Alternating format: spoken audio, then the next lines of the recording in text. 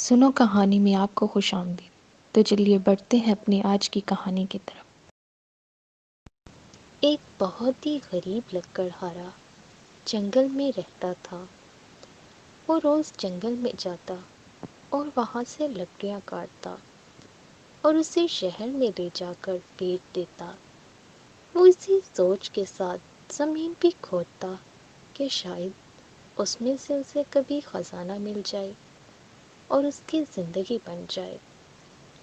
اسی امید کے ساتھ وہ روزانہ اپنے ساتھ جنگل میں بیلچہ اور کلہاڑی بھی لے کر جاتا۔ ایک دن خزانے کی تلاش میں وہ زمین کھودنے لگا۔ اچانک اسے ایک بہت بڑی دیگ نظر آئی۔ وہ اس دیگ کو دیکھ کر بہت زیادہ خوش ہوا اور دل ہی دل میں سوچنے لگا کہ لگتا ہے اس دیگ کے اندر کوئی خزانہ چھپا ہوا ہے۔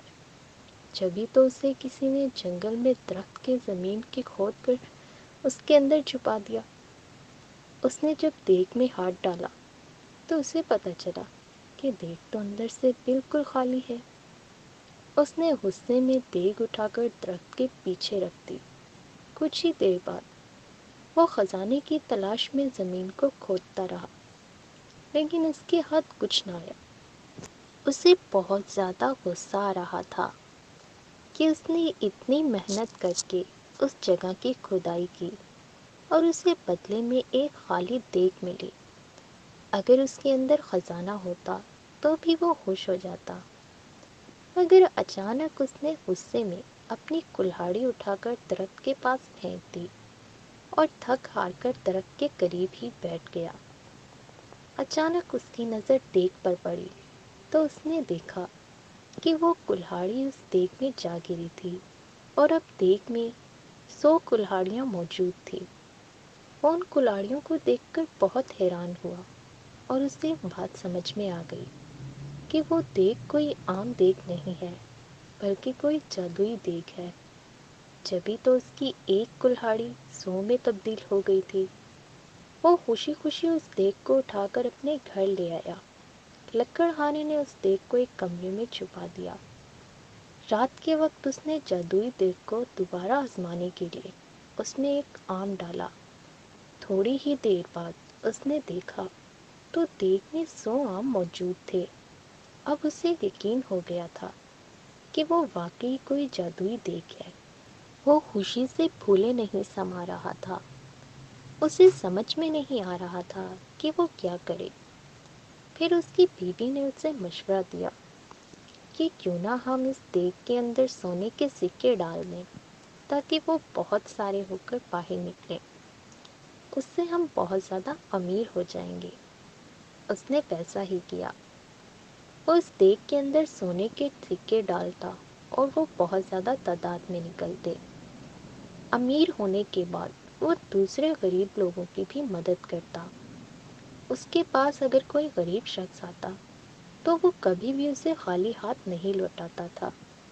یہی وجہ تھی کہ ملک بھر میں اس کی سخاوت کی وجہ سے وہ بہت زیادہ مشہور ہو گیا۔ اس کے اچانک امیر ہو جانے اور جادوئی دیگ کی کہانی ہر جگہ پھیل گئی۔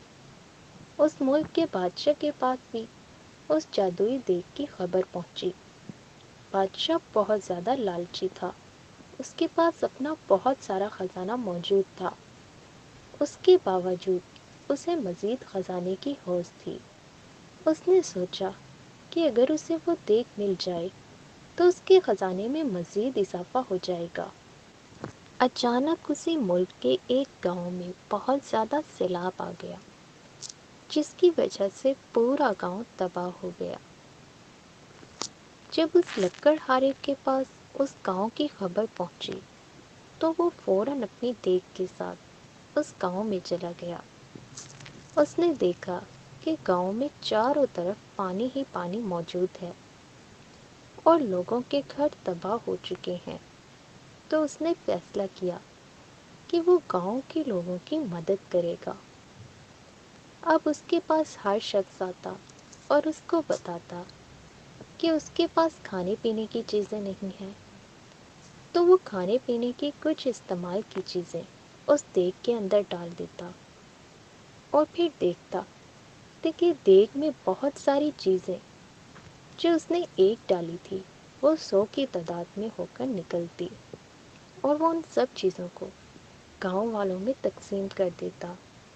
اسی طرح کوئی آتا اور اس سے کہتا کہ اس کے پاس اور اس کے گھر والوں کے پاس کپڑے موجود نہیں ہیں، تو لکڑہارا اس دیگ کے اندر ایک ٹپ کپڑا ڈالتا، جبکہ وہ 100 ہو کر نکلتے، وہ انہیں بھی انہی لوگوں میں تقسیم کر دیتا۔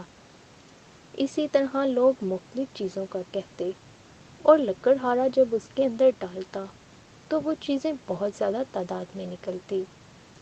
اس طرح لکڑہارے نے اس پورے گاؤں کی مدد کی، لوگوں نے اسے بہت سی دوائیں دی، اور پھر لکڑہارا اپنی دیگ لے کر واپس اپنے گھر آ گیا۔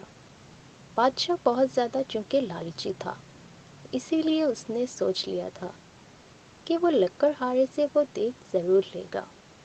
اسی سوچ کے ساتھ بادشاہ نے حکم دیا کہ لکڑہارے اور اس کی دیگ کو محل میں لایا جائے۔ خادم بادشاہ کے حکم کی تکمیل کرتے ہوئے لکڑہارے کے گھر گئے، اور انہوں نے لکڑہارے کو کہا کہ اسے بادشاہ نے اس کی دیگ کے سمیت طلب کیا ہے۔ لکڑہارے نے جب اپنی بیوی کو وہ بات بتائی کہ اسے بادشاہ نے طلب کیا ہے، تو اس کی بیوی سمجھ گئی کہ بادشاہ کو لکڑہارے کی وہ دیگ چاہیے تاکہ وہ اس سے مزید سونا حاصل کر سکے۔